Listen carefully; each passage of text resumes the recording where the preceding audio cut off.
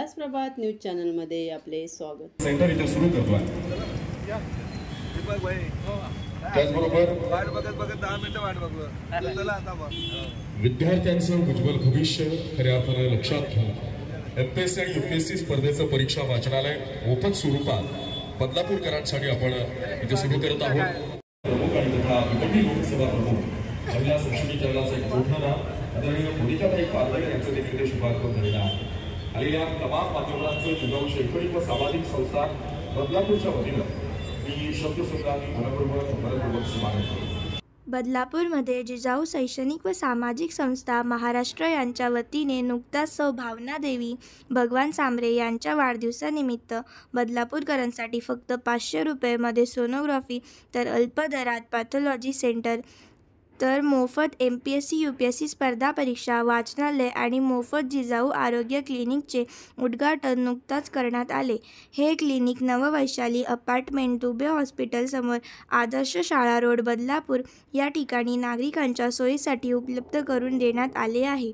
यावेळी व्यासपीठावर पोलीस निरीक्षक वाळावरकर, जिजाऊ शैक्षणिक व सामाजिक संस्था महाराष्ट्राचे संस्थापक अध्यक्ष निळेश सांबरे, दीपक कथोरे, दिनेश कथोरे, बदलापूर कुणबी समाज सेवा संघाचे अध्यक्ष सदानंद दादा सुरोशे, कुणबी सेवा संघाचे माजी अध्यक्ष विलास भुंडुले आदी मान्यवर उपस्थित होते।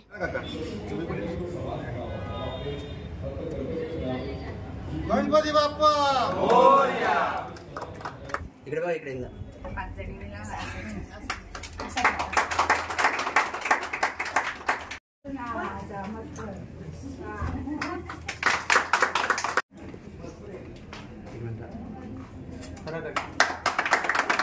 नागरिकाकडनं देशाची सेवा घडावी असं मी या ठिकाणी आभार व्यक्त करतो त्यांच्याबद्दल की त्यांनी एवढं चांगलं काम केलं।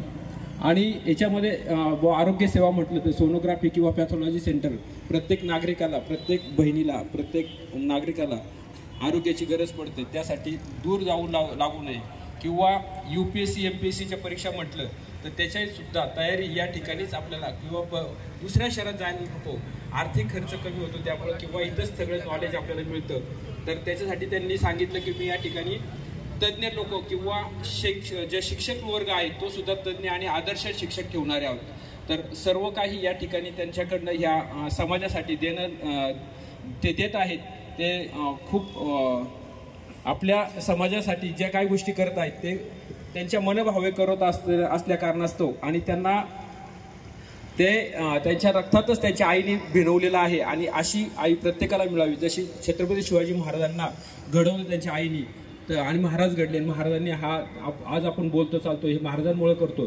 तसंच ह्या देखील सांबरे साहेब देखील त्यांच्या आईच्या जे काही त्यांना गुण दिलेले आहेत त्या प्रत्येक गुणाचा आता आपल्याला सर्वांना किंवा आणखीन पत्रकारांना पाहिजे असेल तर उद्याला निवडणूक येणार आहे। निवडणुकीसाठी निलेश सांबरे उभा राहण्यासाठी तर हा खटाटोप नाही चाललेला।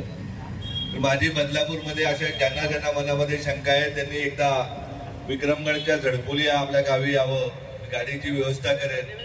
आणि त्या झडपोली गावामध्ये 200 लोकवस्ती, इथे तर 2 लाख लोकवस्ती आहे, तिथे 200 लोकवस्ती आहे। त्या 200 लोकवस्तीमध्ये एक माझे वडील जिवंत आहेत, वडिलांच्या नावाने हॉस्पिटल 2015 पासून सुरू आहे, मल्टी स्पेशालिस्ट हॉस्पिटल आहे की जे बदलापूर नाही तर ठाण्याच्या ज्युपिटरच्या धर्तीवरती हॉस्पिटल आहे। त्याच कॅम्पसमध्ये एक अंध मतिमंद शाळा आहे। नुसतं शिक्षण देण्याचं काम जिजाऊ नाही करत तर त्यातनं 14 पोरं सेंट्रल गव्हर्नमेंट आणि स्टेट गव्हर्नमेंटमध्ये नोकरीला लागलेले आहेत।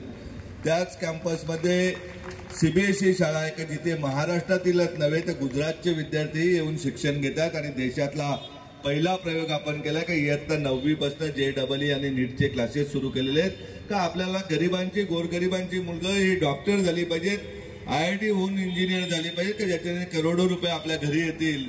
आणि एक विद्यार्थी पुढे गेला का त्याला बघून त्याच्या नात्यातले गोत्यातले भाऊ बहीण तेही आणखीन पुढे जातील या उद्देशाने IIT टीचर तिथे आणलेले अहमदाबादवरून आणि नीट आणि JEEचं शिक्षण सुरू आहे।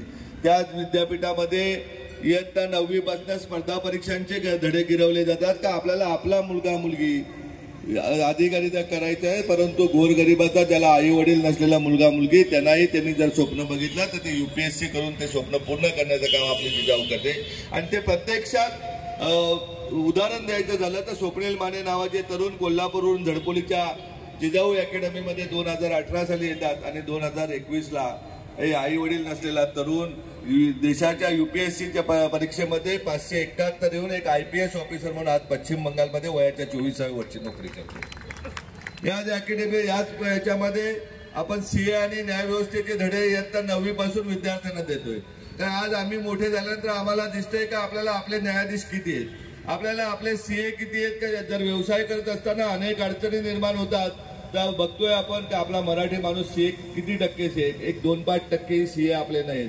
ज्या ज्या क्षेत्रात आपण नाहीये त्या त्या क्षेत्रामध्ये आपल्याला आपला माणूस गेला पाहिजे, त्या दृष्टीने जिजाऊ काम करते।